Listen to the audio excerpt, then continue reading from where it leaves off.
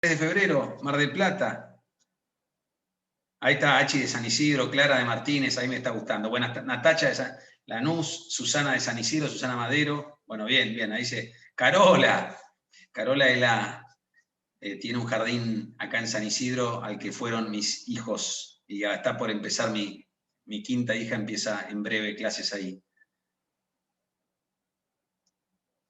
Ahí está Jimena también, Jimena Mayorga. Bueno, ya vamos, ya somos un poco más de 100 personas, vamos a esperar un ratito más y arrancamos en 3 minutos, 4 minutos.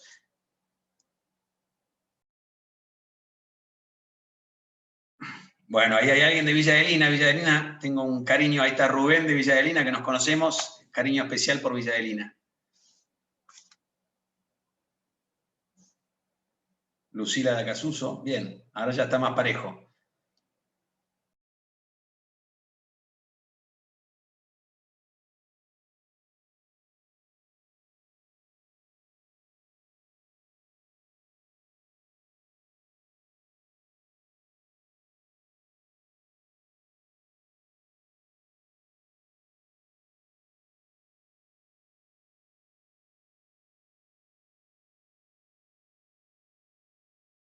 Ahí está Silvia Pano, que saluda.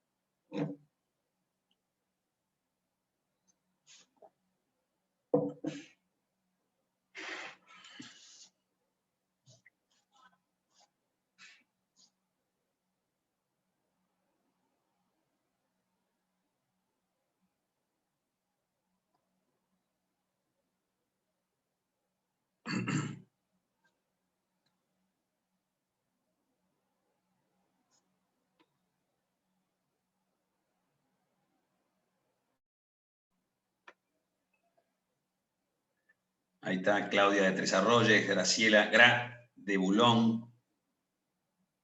Bien.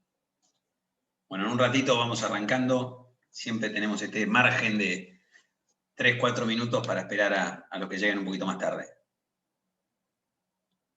María Eugenia desde Cava. Veo que por las caras muchas personas que deben tener nietos. Me va a gustar un poco alguna pregunta que no tenía pensado, la había pensado, después la borré, vinculada a los nietos, las abuelas, la pandemia y los vínculos sanos que requieren también para mí de esa presencialidad, cómo cuidarla incluso en contextos de pandemia.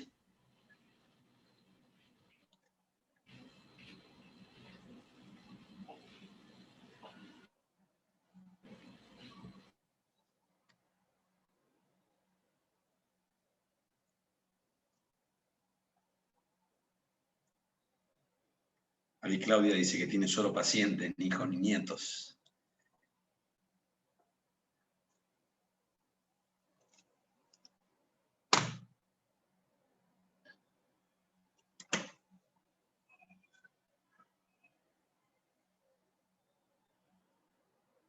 Ahí Liz dice que su hijo se fue a ver los abuelos al sur y está feliz, por supuesto, y los abuelos deben estar felices. Es un vínculo que también necesitan los abuelos.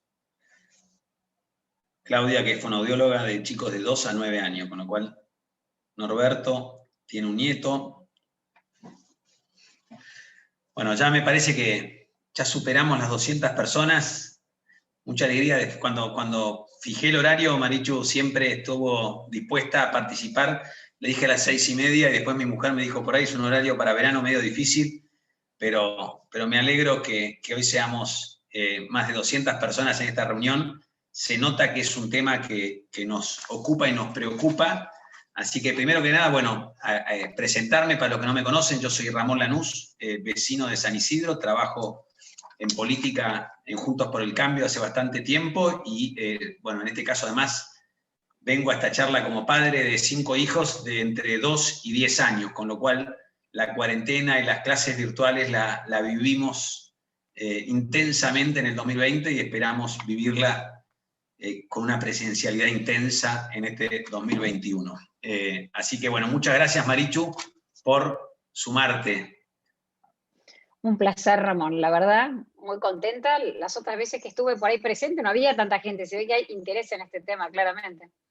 Exacto, exacto, ahí estoy poniendo también, bueno, ya estamos arrancando ahora, voy de lleno por ahí Marichu, primero aclaro, Marichu a las 7:30 tiene un vivo por Instagram al que se pueden sumar, así que vamos a tener que terminar un ratito antes para que se pueda descansar, despejarse y volver a conectarse. Así que bueno, gracias Marichu en serio por sumarte, y por ahí voy de entrada, tenemos varias preguntas, la gente se anotó, dejó preguntas, traté de condensarlas, pero por ahí la primera pregunta es, ¿terminó el año 2020 con una ausencia de clases?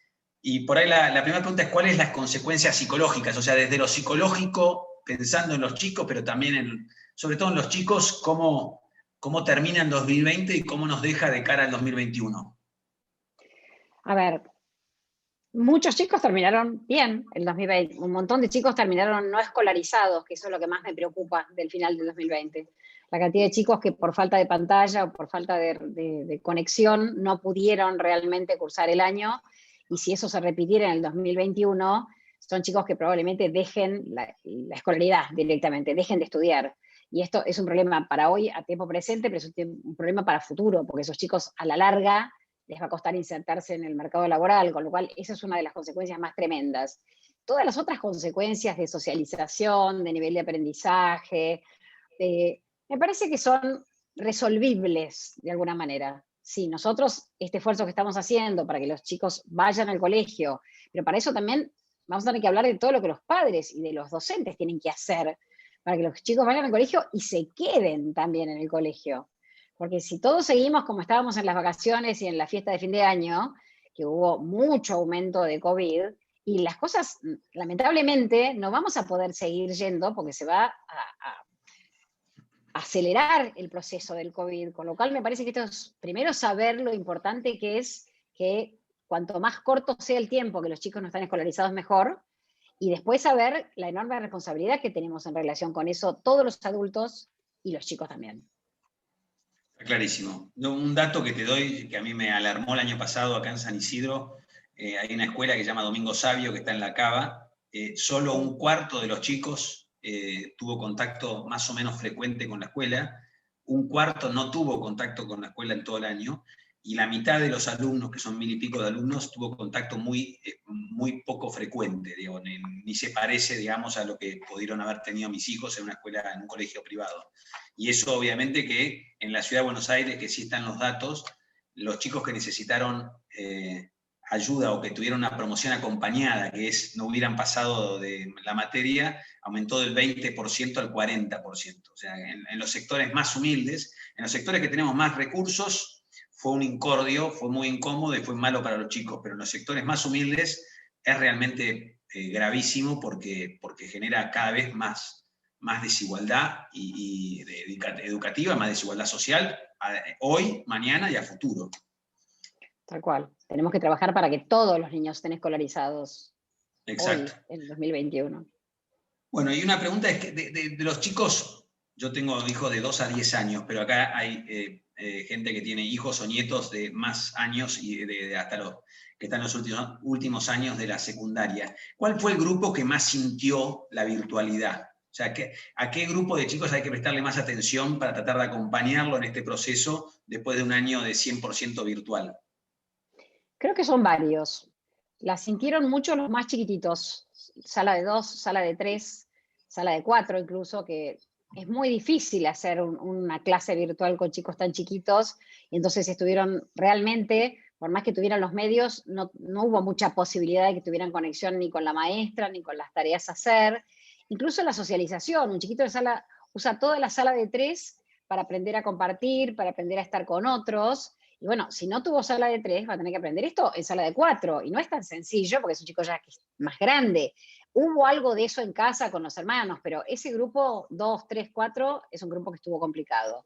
Claramente se complicaron los final de primaria y final de secundaria, que tenían un montón de rituales de terminación que no pudieron hacerse, y que es muy difícil. No es lo mismo terminar el colegio después de 12 años habiendo planeado un montón de cosas, que de repente terminarlo, ¡trac!, te lo cortaron el 20 de marzo y de última tuviste una graduación por Zoom o algún encuentro como tuvo alguna gente en un campito con pocos chicos y pocos padres para que por lo menos se encontraran.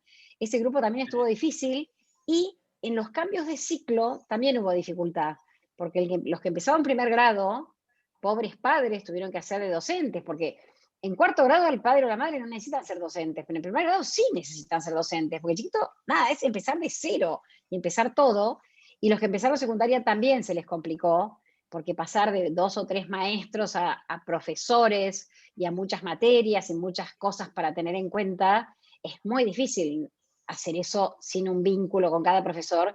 Y otra vez, claramente los papás hacían agua, porque no podés saber química y también lengua y también matemática. Algunos progenitores sabían algunas de las cosas, pero no todas. Entonces, son varios. Creo que lo pasaron menos mal, por decirlo así, son los chicos de segundo, tercero, cuarto, quinto, sexto grado, que más o menos se fueron acomodando y pudieron, si tuvieron buenos medios y padres que no los torturaban mucho con que hicieran todo perfecto, lo pasaron un poco mejor. Y los de secundaria e intermedia también, ni primer año ni el último, pero los del medio también la transitaron un poquito mejor. Está bien, en mi caso yo tengo de 2 y de 4 años que tenían 3 y 1, pero al tener tantos hermanos yo creo que hay parte de esa socialización que la pudimos tener en casa, pero conectarse en Zoom a cuarto sala de 3 es ridículo y no lo hicimos en todo el año. No, y otra cosa que vi un montón en la consulta son esos últimos chiquitos, el más chiquito, el de 1, o el de 2, o el de 3, que anda rebotando. Papá no le puede hacer, está ahí, pero no le puede hacer caso. Mamá está ahí, pero está ocupada. El hermano más grande dice, salí, que estoy en clase. Entonces, lo anduvieron echando durante todo el 2020 de todas partes, y esos chiquitos lo pasaron mal realmente, porque tienen poca posibilidad de jugar solos, y entonces incluso la clase es un recreo para la mamá, con ese chico chiquitito que necesita tanta atención. Y bueno, los papás no estaban ni con disponibilidad y los hermanos tampoco, muchas veces, de atenderlos. Con lo cual, rebotaban, siendo rechazados por todo el mundo.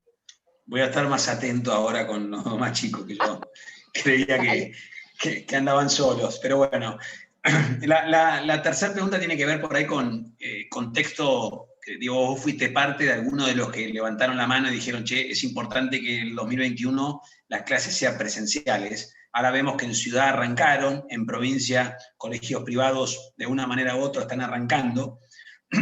¿Cómo hacemos para mantener estas ganas de participar y de comprometerse y de comprometer al sector político de que las escuelas, como vos escribiste en el fin de semana, tiene que ser lo último en cerrar y lo primero en abrir? O sea, me parece que los que tenemos hijos en colegios privados, que por ahí empezamos a normalizar nuestra vida, no tenemos que desatender que hay muchos chicos que hoy están en escuelas públicas que no saben, en la provincia de Buenos Aires conozco varios, que no saben cómo van a arrancar y si van a arrancar y en qué condiciones. Sí, absolutamente, porque cuando uno está tranquilo de que su hijo, que su nieto está en el aula, ya por ahí soltás el tema, y no hay que soltarlo, porque hay que seguir trabajando para que todos los chicos argentinos estén escolarizados de una manera o de otra, pero que todos logren esto. Y bueno, seguiremos escribiendo y seguiremos hablando para que eso ocurra. Es Bueno, muy muchas gracias. importante. Antes de que empezáramos a hablar, bueno, vos lo dijiste, se van como distanciando mucho los que pueden aprender de los que no pueden, y es muy importante achicar esa brecha, no agrandarla en este momento. Pero tampoco se trata de que no se escolaricen los que pueden, porque no es esa la idea, no, es que todos puedan. Hay totalmente, y ahora paso por ahí otra pregunta que justo me acordé de un videíto que circuló estos días, te lo voy a mandar después, te lo tendría que haber mandado antes, Dale. por TikTok de una madre que trata de organizarse, que está contenta porque arrancan las clases, pero para organizarse tiene que estar, un chico va a la mañana, el otro va 2 horas a la tarde, el miércoles, y dice, encima la semana siguiente cambia, es un poco lo que nos pasa a algunos. ¿Cómo hacemos para convivir con todo ese esquema y no volvernos locos en el camino, Nico? Como padres y tampoco no volver locos a nuestros hijos. Como abuela vi un montón de horarios en las casas de mis hijos. O sea, todo el mundo, cada chico tenía su calendario con horarios. Lo que pasa es que ahora para llevarlos y para traerlos, la mamá tiene que unir todos esos calendarios. Eh, a ver, va a ser difícil, pero como la gente sabe que esto es importante, creo que vamos a hacer todos el esfuerzo, porque no es solamente llevarlos, sino llevarlos en horario, no correr peligro de quedarnos conversando con la vecina en la puerta. O sea, tenemos que hacer muchas cosas a la vez. Ya no es lo mismo que llegue 8:05 que llegue 8:10, porque el horario para que este grupo entre es de 8 a 8:10. Entonces llega 8:10, ya pone en riesgo los que entran de 8:10 a 8:20. Y todo eso creo que lo tienen que tener los papás muy claro, y las camionetas o los que los llevan a los chicos también, porque va a ser difícil de conciliar, pero por otro lado, cuando uno les veía la cara a los chiquitos que salían en Cava de las clases, te das cuenta que justifica, porque la sonrisa no les cabe en la cara. La felicidad de haber estado con sus compañeros, aunque estén lejos, aunque estén con tapaboca, aunque no puedan tocarse ni abrazarse, pero no importa, como nos abrazamos ahora todos, nos abrazamos así en el aire, y es maravilloso todo eso. Sí, sí, totalmente. Digo, mis hijos 2 ya empezaron, y nunca ningún año habían arrancado las clases con tanta ilusión como este. Claramente una necesidad que estaba insatisfecha, y que los chicos son los primeros que necesitaban salir de la casa, encontrarse con otros, con sus amigos, con las maestras. La verdad que hay un videito que también está circulando ahora por las redes, lo salió en la Nación, de un chiquito que dice, ¿qué te gustó del cole? Y contesta todo, digamos, como que claramente estaban desesperados por volver a encontrarse con sus amigos y volver a tener el ámbito de la escuela. Sí, tal cual. No sé cuánto estás al tanto vos, pero uno de los comentarios que salen en los chats que yo voy tratando de mirar, y en función de eso también hacer preguntas, tiene que ver con el tema de, una de las cosas que no está tan clara es el índice de contagio. O sea, si es verdad, si es tan así que los menores son fuentes tan importantes de contagio. ¿Y cuál es tu mirada? Porque obviamente, bueno, algunos creemos que no pareciera ser el caso, que hay un montón de ejemplos en otros países del mundo que las clases se cerraron mucho menos tiempo que lo que se cerraron en la Argentina, y eso no necesariamente implicó un aumento en el contagio del COVID, del coronavirus. Entonces, ¿cómo ves vos ese tema? Si estuviste leyendo sobre la capacidad que tienen los chicos de ser fuente de contagio, y qué podés decirnos a nosotros para después seguir aumentando esta presión de que, de vuelta, lo último en cerrar y lo primero en abrir debieran ser las escuelas. Esa frase no es mía, sino que es de Padres Organizados. Y me parece muy buena. O sea, no soy la autora, la copié nombrándolos, parece que está bueno saberlo.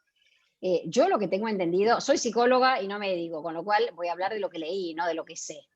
Es que al revés, los chicos son muy baja fuente de contagio, los adolescentes un poquito más, y que entonces no corremos riesgo. Lo que pasa que lo que tenemos que tener en cuenta los adultos es que si yo no me cuido bien y mando a mi hijo al colegio, me guste o no, sí puedo estar llevando el coronavirus a la escuela. Entonces ahí es donde hoy tenemos que hacer, nada, un examen de conciencia, por decirlo de alguna manera, y durante un cierto tiempo cuidarnos los adultos un montón. Aunque no creamos en que hay que cuidarse, tenemos que cuidarnos, porque hoy no estamos, yo me estoy entregando a otras personas y otras personas se están entregando a mí. Entonces, aunque los chicos sean baja fuente de contagio, aunque no corran mucho peligro, ayer leía justamente que 1,5 en España, 1,5% de posibilidad de contagio de los niños en el colegio. O sea, es muy baja esa posibilidad.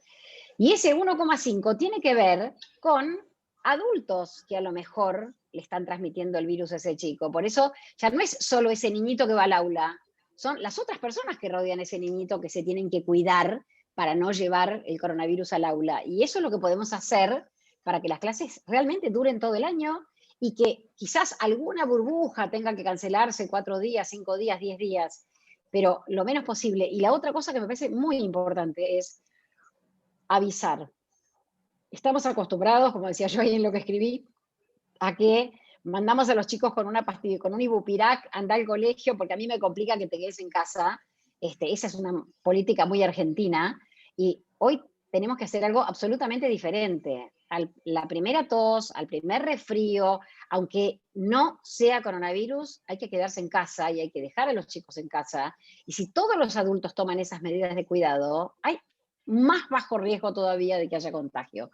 Pero tenemos que cambiar nuestra cabeza, porque nuestra cabeza dice hasta que el chico no esté que se muere, va a ir Sí, al sí. colegio. En todo caso lo busco. Fue la política que usaron en mi casa conmigo y con mis hermanos, así que íbamos y eventualmente nos buscaban después. Y es verdad que ahora hay que tener más cuidado y hay que tratar de cambiar ese chip y desacostumbrarnos de algunas cosas. Acá Belén es parte del grupo Padres Organizados y nos dice que la frase es de Merkel, de Angela Merkel, y la copiaron ellos desde padres organizados como frase. Así que la autoría entonces es de Merkel, así que tu generosa referencia a padres organizados ahora termina en Merkel. Y voy a otra pregunta que es de tu profesión, pero también de tu experiencia de vida y tu conocimiento de las relaciones humanas. Hay una persona que dijo, una de las preguntas que dejó, decía algo así como, hay una nueva grieta que se está formando, que es entre los que se cuidan del coronavirus y los que no. Como que hay algunos que están más cansados de la situación, creen que la reacción fue en exceso y eso generó un montón de perjuicios, y por distintos motivos están muy preocupados y sufriendo, digamos, mucha gente perdió el trabajo, perdió sus negocios, y hay otros que están como más... con más miedo, que les cuesta salir. ¿Qué mensaje es para el que está como muy descuidado en un punto y también para el que está muy encerrado y sigue, que también eso genera en sus relaciones humanas y personales y sociales, genera un costo, digamos, que tampoco sirve estar encerrados 3 años porque hay un virus dando vuelta? Sí, el tema es que encima están combinados uno con el otro, porque el que tiene miedo tiene cada vez más miedo porque hay otra gente que está saliendo y haciendo cosas que de alguna manera al que tiene miedo lo ponen en riesgo. Y el insensato anda tranquilo por el mundo porque no toma conciencia de esto que está pasando. Yo creo que hoy es el momento de que nos tendamos la mano, no literal, sino virtualmente, para que el que tiene miedo realmente vea si su miedo es real o si es su modalidad o su estilo personal de miedo. La realidad es que vos hablaste de incertidumbre. No podemos tener control de todo. Si una mamá temerosa quiere tener certeza de que su hijo no se va a enfermar, entonces no va a poder mandarlo al cole. Hoy tenemos que trabajar sin certezas y va a haber que aprender. Los que tienen miedo tienen que aprender a funcionar para que el miedo no dirija su vida. Porque valiente, dicen, no es el que no tiene miedo, es el que tiene miedo y lo vence. Entonces, hoy los temerosos tienen que aprender a ser valientes y animarse a lanzar a sus hijos. Pero las personas que no se cuidan bien, hoy tienen que cuidarse, porque en sus manos está que todos los chicos se escolaricen. Y entonces realmente está en manos de todos nosotros. Y cuidarse no quiere decir quedarse en casa. Cuidarse puede querer decir salir a trabajar, pero sí, hay que salir a trabajar con tapaboca, hay que lavarse frecuentemente las manos, hay que hacer aquellas medidas de cuidado razonables para que todos estemos un poco mejor. Entonces, creo que habría que meter al osado y al temeroso en la licuadora y sacar 2 que tengan un poco de miedo y un poco de coraje. Sí, al osado quizás que no lo haga tanto por sí, sino por los demás, porque en la medida que el temeroso vea que el resto de la sociedad es más o menos cuidadosa respecto de estas cuestiones, entonces se va a animar un poco más. Pero a mí una de las cosas que me parece importante marcar, y lo charlaba con un amigo mío que tenía una actitud muy temerosa desde mi punto de vista respecto a él y a su hijo y a su familia, es que cualquier decisión que tomemos tiene un costo, o sea, encerrarnos tiene un costo. Entonces, cuando vos decís, no, yo no tengo miedo del coronavirus, entonces me encierro. Bueno, está bien, fenómeno, digo, es una decisión posible, pero esa decisión no es una decisión que no tiene un costo, digo, tiene un costo y cuando se sostiene en un plazo largo de tiempo, desde mi punto de vista, es un costo muy alto en la psiquis y en la psicología del desarrollo de esa familia y de ese chico. Entonces, ser conscientes que también hay un riesgo en el encierro, Sí, que no es el riesgo COVID, pero es un riesgo, desde mi punto de vista, quizás tan importante, porque en un chico de 12, 13, 14 años, estar tirado sin hacer ejercicio, sin socializar o socializando solo con pantallas durante tanto tiempo, después es muy difícil volver a la vida real. es muy tóxico. Y te agrego algo del primer año de vida, que el otro día escuchaba en una charla de pediatras, infectólogos, que esperan una ola gigante de bronquiolitis y de un montón de cosas pulmonares en los chiquitos que nacieron durante el año pasado, porque son chiquitos que estuvieron en su casa y que no desarrollaron defensas naturales contra los virus comunes y ahora se van a enfrentar con esos virus sin las defensas necesarias. Entonces, quedarse en casa te protege y al mismo tiempo te desprotege, porque vos no estás generando las defensas naturales que vas necesitando para vivir en el mundo, no podemos vivir encerrados. Está perfecto, bueno, te agradezco el comentario y me parece bueno recordarlo. Y hay otra pregunta que también surgió y a mí en lo personal también me impacta. En casa, con mis hijos, tenemos una postura bastante restrictiva de dispositivos, de pantallas, y obviamente con la cuarentena eso cambió y con las virtualidades cambió y pasamos a tener más dispositivos, la tablet, que la computadora, etc.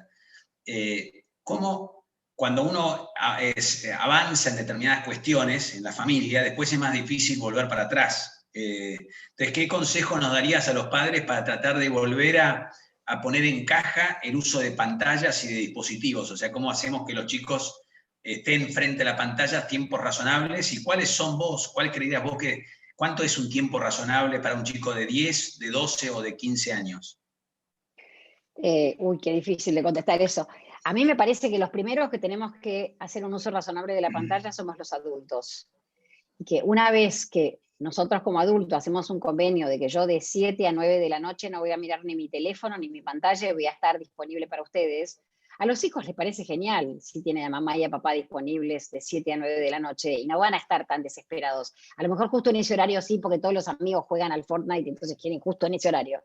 Pero creo que tenemos que ver qué hacemos nosotros, regular nuestras pantallas y en la medida en que estamos tranquilos y seguros de lo que hacemos, hay que ir bajando el nivel. Ahora que empiezan las clases es una buena oportunidad de poner horarios y de volver a acotar las cosas. Y sí, nos va a costar 2 o 3 días de enojos y de malas caras, pero si lo tenemos claro y sabemos que es bueno para ellos, es cuestión de hacerlo. Lo que no puedo hacer es estar todo el día yo con el teléfono en la mano y pretender que los chicos vengan a la mesa sin teléfono, porque esa no funciona. Y después en las edades, creo que un chico que está escolarizado durante 4 horas quizás pueda estar en una pantalla haciendo distintas cosas 1 hora y media, 2 horas más. Ahora, un chico que va al colegio de 8 de la mañana a 4 de la tarde, que no es el caso, pero cuando llegue el momento sí, no puede estar más que 1 hora, porque no puede estar más del 25% de su tiempo libre en una pantalla. Hablo de un chico de primaria. En secundaria un poco más porque se acuestan más tarde y porque usan las redes justamente para trabajar. Pero me parece que es una buena medida 1 hora, y los chiquitos, y si no, 1 hora a la mañana, 1 hora a la tarde, según los turnos que tengan de escolaridad. Y por otro lado, hemos hecho lo que hemos podido, porque la madre trabajaba, el padre trabajaba, y el chico, mirá la tele o metete en un jueguito, porque no me podés interrumpir en esta reunión porque es muy importante. Y esto fue pasando cada vez más a lo largo del año pasado. Totalmente. Tengo una pregunta que recién hiciste un comentario, lo charlamos justo antes de entrar, pero antes de arrancar la reunión, que tiene que ver con, algo hablaste, pero por ahí me gustaría ir un poquito más a fondo, con el tema de la incertidumbre. Creo que el mundo en el que vivimos, digo, nadie se hubiera imaginado una pandemia o lo que pasó en el 2020, y desde, o sea, a mí un amigo mío decía que él abraza la incertidumbre, o sea, y creo que tener esa capacidad de lidiar con lo incierto en un mundo que cada vez más incierto y cada vez más cosas son inciertas, me parece que es un valor. Por ahí la pregunta es, ¿cuál es tu mirada respecto de cómo lidiar con la incertidumbre? Si es una virtud abrazar la incertidumbre, y en ese caso, supongamos que yo fuera alguien que tengo aversión a lo incierto y quiero tener todo controlado, ¿cómo me voy ejercitando en ganar, en amigarme con la incertidumbre? Me encantaría abrazar la incertidumbre. No Es tengo ese espectacular. gen, no. Hago un trabajo diario para poder decir, vivir en el presente, no preocuparme, porque además, si preocuparse sirviera para algo, valdría la pena, pero preocuparse tampoco no suma preocuparse, Cambia. simplemente ocupa la cabeza y nada más. Me parece que la incertidumbre siempre estuvo, que nosotros queríamos creer que no, y que teníamos seguridad y certeza y control y no lo teníamos. Ahora se hizo patente con el COVID, pero no es que antes tuviéramos control, no teníamos nada control. Y te dabas cuenta, fulanito tuvo un accidente, uy, mirá, entonces por unos días me duraba, wow, qué suerte que estoy bien, qué suerte que estoy vivo, qué suerte que estoy sano. Y al día quinto ya me había olvidado, estaba de nuevo convencido de que yo dominaba el mundo. No dominamos antes, no dominamos hoy y no vamos a dominar más adelante. O sea, sí, vamos a tener que aprender a abrazar la incertidumbre, porque no porque sea lo que se viene, es porque es lo que siempre estuvo y que otras generaciones lo tenían clarísimo, porque no había antibióticos, había miles de cosas que no. Entonces sabían que la vida era absolutamente incierta y que tenías grandes posibilidades de no llegar a viejo. Hoy nos quisimos confundir pensando que no. Y bueno, no es así, lamentablemente. O Muy por bueno, o suerte, no sé sea, qué decir. está muy bueno. O sea, que vos decís que la incertidumbre es verdad, siempre estuvo. Lo que nos pasó el año pasado nos recordó que la incertidumbre estuvo, está y va a estar, y hay que tratar de desarrollar esa habilidad de convivir con lo incierto. Hay otras preguntas, yo estoy tratando de... Espera, te quiero agregar una cosa más que me parece que es Dale. interesante. Si nosotros trabajamos nuestra autoestima y nuestra confianza, probablemente toleremos mejor la incertidumbre. Muchas veces el control, la necesidad de tener todo en mis manos y que todo sea como yo quiero, tiene que ver con falta de confianza en mí mismo, con falta de esperanza, o sea, con rasgos que son más de personalidad psicológicos, y que quizás haya que trabajar eso para poder dejar y Está bueno. confiar en el destino.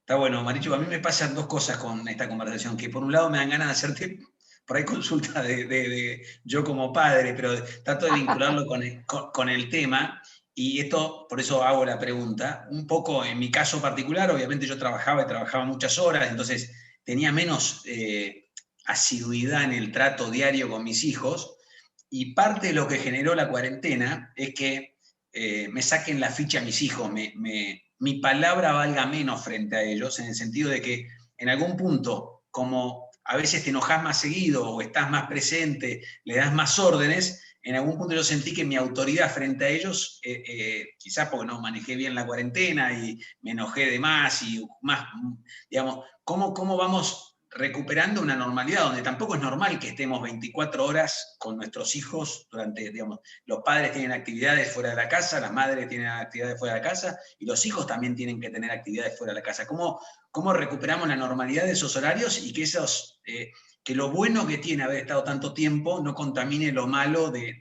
situaciones que no eran razonables, digamos? Lo que contás me da nada como fuerzas. Mucha gente dice que los chicos respetan más al papá que a la mamá.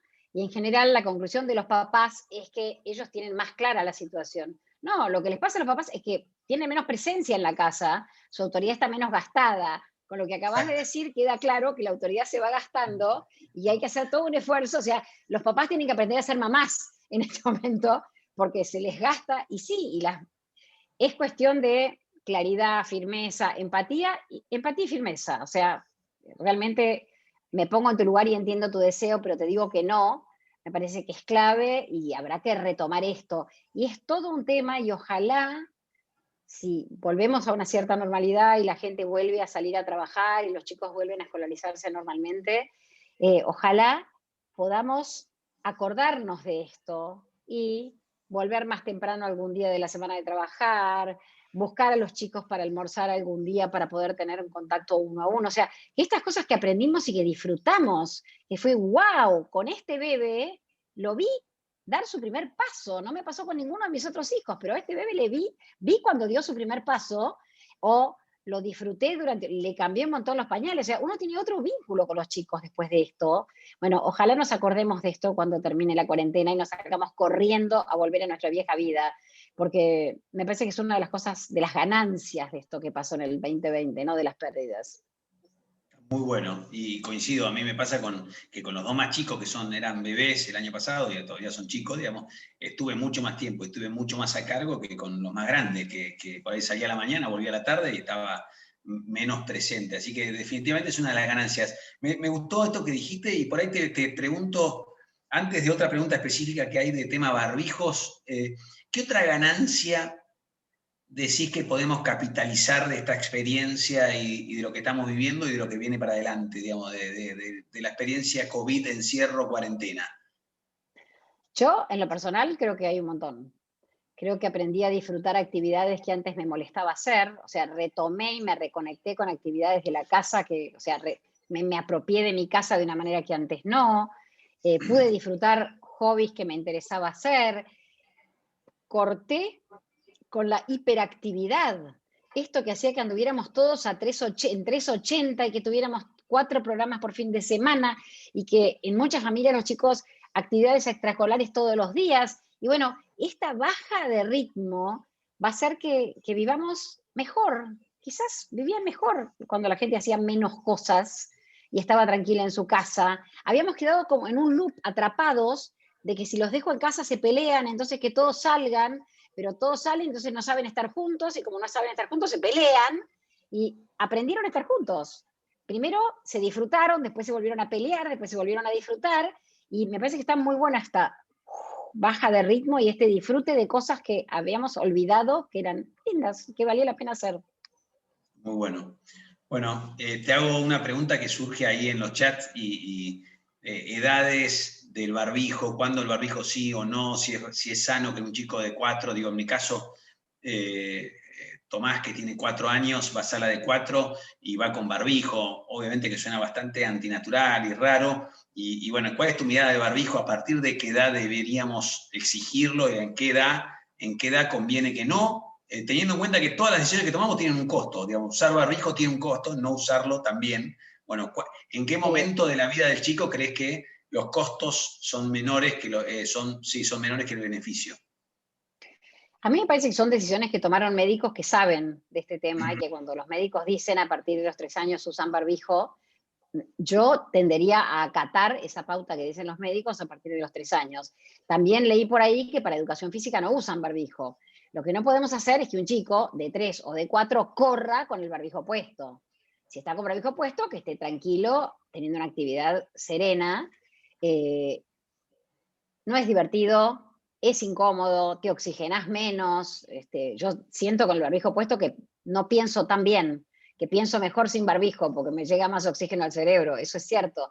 Pero bueno, me parece que es tan grande lo que justifica estar con otros chicos, tener otra estimulación, aprender cosas, encontrarse en un ámbito al que estaban acostumbrados a estar, que me parece que las ventajas superan ampliamente esa pequeña falta de oxígeno que ocurre cuando tenemos el tapabocas puesto, porque no usamos barbijo, sino tapabocas, me parece, nosotros. Está claro.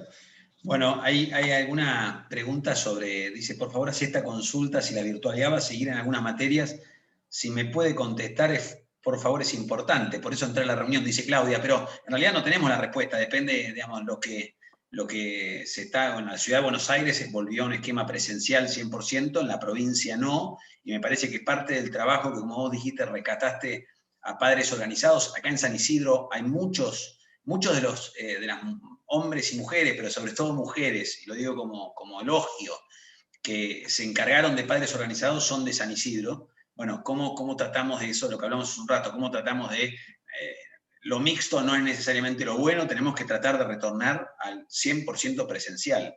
Sí. ¿Y cómo empujamos eso?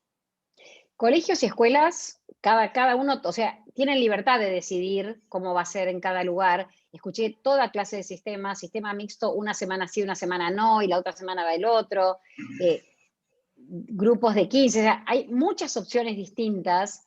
Lo que me parece que es importante, ya que la mayoría de nosotros somos como padres, no creo que haya acá profesionales o docentes, o sí hay, pero seguramente también son padres, es que confiemos en lo que nuestra escuela, nuestro colegio nos brinda. Y si tengo dudas, pregunto. Y si quiero ayudar, me presento y digo, ¿cómo puedo ayudar yo para que esto funcione? Necesitan gente, lo que ustedes necesiten yo hago.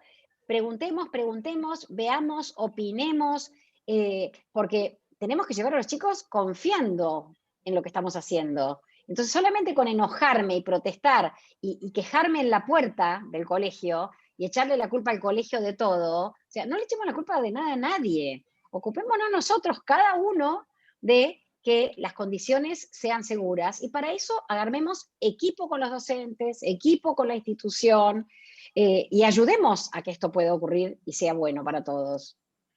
Es muy bueno el comentario. Hay muchos de, bueno, los que tenemos hijos en edad escolar, estamos muchas veces en grupos de padres o de madres, y para mí siempre es importante que esos grupos tampoco se conviertan en una cosa catártica de queja y de reclamo, que al final es contra el colegio. El colegio está tan demandado y exigido como los padres, o como, porque también son padres, tienen hijos, digo, la situación en algún punto nos excede a todos, y en todo caso tratar de ponernos cada uno de nosotros en el rol que estemos como padres, en una actitud más constructiva, de decir, a ver, ¿qué puedo hacer yo para tratar de que la presencialidad vuelva? En mi caso concreto, desde la política o desde una fundación, o como padre en el colegio de mis hijos, digamos, de qué lugar, cuál es el rol que puede asumir cada uno de nosotros para tratar de que la virtualidad se termine y que tengamos clases 100% presenciales de manera segura. Sí, y escuchándote se me ocurrió otra cosa que pensé que es importante, y es que no hagamos casa de brujas, porque nos enojamos con la escuela o con el colegio y hablamos afuera mal o en el chat mal, pero también nos podemos enojar un montón porque la mamá de fulanito tuvo COVID, o porque el papá, o porque el hermano, y la verdad es que el que tuvo COVID lo tuvo, ojalá, a pesar de haberse cuidado. Entonces, acá no hay malos y buenos. Hay gente que tuvo la suerte de no contagiarse, yo no me contagié, y hay otra suerte, gente que se cuidó igual o más que yo y que se contagió igual. Entonces, creo que es súper importante que no estemos buscando siempre quién tuvo la culpa y quién es el malo. No, estamos todos en el mismo Sí, sí. barco. O quién te contagió, y entonces cuál es la cadena, que por un lado es sano para tratar de limitar la expansión, pero digo, si no empieza con la lógica de, bueno, tal tuvo la culpa porque vino a mi casa, no debería haber venido, digamos, a mí me parece que coincido, porque de vuelta voy a un concepto que hablamos al principio, tiene que ver con esta idea de todas las decisiones que tomamos tienen un costo. Cuando arrancó el coronavirus en marzo, abril del año pasado, y estaba la falsa discusión para mí entre salud y economía, que se planteaba Alberto Fernández, obviamente yo tengo una mirada política distinta de la de Alberto, decía, la economía se recupera, la salud no. Yo escribí en Twitter una serie de tweets que hablaba del costo social del coronavirus, que lo importante era minimizar el costo social del coronavirus, y el costo social no es solo los enfermos, sino todo lo que el coronavirus genera, y el encierro, que estábamos en abril del año pasado arrancando, era claro que iba a generar un impacto social y económico grave, y hoy lo estamos viendo con lo que genera en depresiones o situaciones de mucho estrés por falta de trabajo, por pérdida del trabajo, por pérdida de los negocios. Digo, hay que mirar el costo del virus en su totalidad y tratar de tener una mirada integral, equilibrada, que mire la salud, que mire la economía, que mire lo importante de la vinculación de las personas en lo social, la actividad social. No estamos hechos para vivir encerrados, estamos hechos para vivir en comunidad, y eso también es importante. Bueno, cómo vamos desde la política o desde la escuela, desde las familias, cómo vamos equilibrando los distintos aspectos de la vida, que uno es la salud, pero no es el único. Claro, y que lo que habría que trabajar en función de eso que estás diciendo es la responsabilidad de cada ser humano, de cada adulto, porque no me acuerdo si era en Japón o en Corea, que se dieron cuenta de que había poco contagio porque eran muy dóciles los japoneses. Nada, les decían que hagan algo, o los coreanos, y lo hacían. Y entonces, con ese motivo, cada cual se hacía cargo de su pequeña responsabilidad, y las responsabilidades sumadas hacen que nos cuidemos todos a todos y que podamos cuidar la salud y también la economía, que eso es lo que importa, como decís vos. Está clarísimo. Bueno, estamos, perdón si metimos la política, ahí había algún comentario, pido disculpas, pero me parece que era parte de, también tiene que ver con la situación, cuando hablamos de las escuelas y la importancia de la frase esta de la escuela es lo primero, lo último en cerrar y lo primero en abrir. Claramente hay una mirada política, en este caso no sabíamos, es de Angela Merkel, y eso tiene que ver con una impronta. Así que me parece que la política en este tema se cruza necesariamente, es parte del aprendizaje que tenemos como sociedad de hablar de la política sin miedo y cada uno desde su lugar y reconociendo que uno puede estar equivocado, pero es lo que legítimamente piensa. Así que yo les recuerdo a los que se sumaron un poquito más tarde que ahora Marichu tiene 7:30 un vivo por Instagram, así que habíamos quedado que esto iba a durar hasta las 7:15. Marichu, te agradezco mucho, te agradecemos mucho este tiempo que te hayas prestado a esta conversación, y por ahí te pido como cierre, para acá hay muchos padres, muchos abuelos, y eventualmente también hay gente que se dedica a la educación, vi a gente que conozco que se dedica a la educación, un mensaje final para este año que empieza, y esta escolaridad, esta situación escolar mixta o incierta que enfrentamos este año. Bueno, difícil. Creo que tenemos una nueva oportunidad, como ya tuvimos el año pasado, de aprender a entender que somos una comunidad interdependiente, que no nos podemos salvar solos, como creíamos por ahí hasta el 2019, que cada uno podía por su camino mandarse y salvarse. Hoy tenemos claro que dependemos unos de otros y que esto es un valor que otra vez los seres humanos por ahí en otras épocas lo tenían claro, y eso se fue perdiendo por el individualismo y el narcisismo, que cada cual hacía su propio proyecto. Bueno, hoy tenemos que volver a abrazarnos virtualmente y trabajar en comunidad para salir adelante de esta pandemia lo mejor posible, todos juntos, no individualmente. De a uno no se puede.